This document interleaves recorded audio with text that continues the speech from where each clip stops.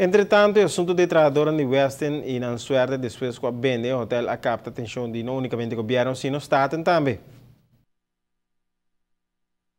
Fraksyon ni MEP si Mampasa a pidi pa staten atender com o tema de trabalhadores de Western e apresentar uma série de perguntas na Ministra de Trabalho. De ano passado, nos concorda na agosto, para ser exato, o Ministro de Labor é tempo a garantir o trabalhador de Western com nenhum rende para trabalho. Ela faz uma conferência de imprensa, ela desmentia o tempo que tinha algo andando, que tinha uma compra, possível compra de Grupo Rio, sabendo que o Estado acaba que o Grupo Rio mostra interesse de tempo e acaba.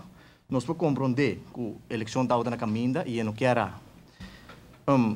queima sua dedo, pensando que o trabalhador não possivelmente opera trabalho. Governo nota administrador de hotel e adicionalmente a percurar para cambio de ordenança de trabalho que ta pede para a organização em caso em particular toma over não unicamente um hotel, sino a operação plus trabalhador De caso de Western, lo tinha um operador novo que lo será o hotel para renovar.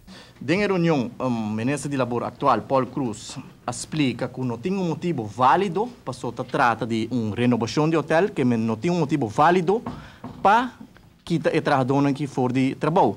Em cambio, o medidor de governo ha dado uma explicação que também ofereceu um paquete no trabalhador, não que aceitar o paquete, lo para trabalho, e que não aceitar o paquete, lo vai pedir um ontslagvergunning no Departamento de Labor. Diretor do Departamento de Labor avisa que não adrenda nenhum ontslag, não adrenda uma petição ainda para quitar nenhum trabalhador.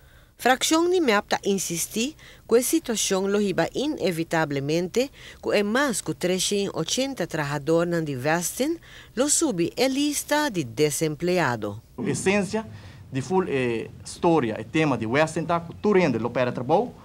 Grupo Rio está tomando shares over de Aruba Hotel Enterprises.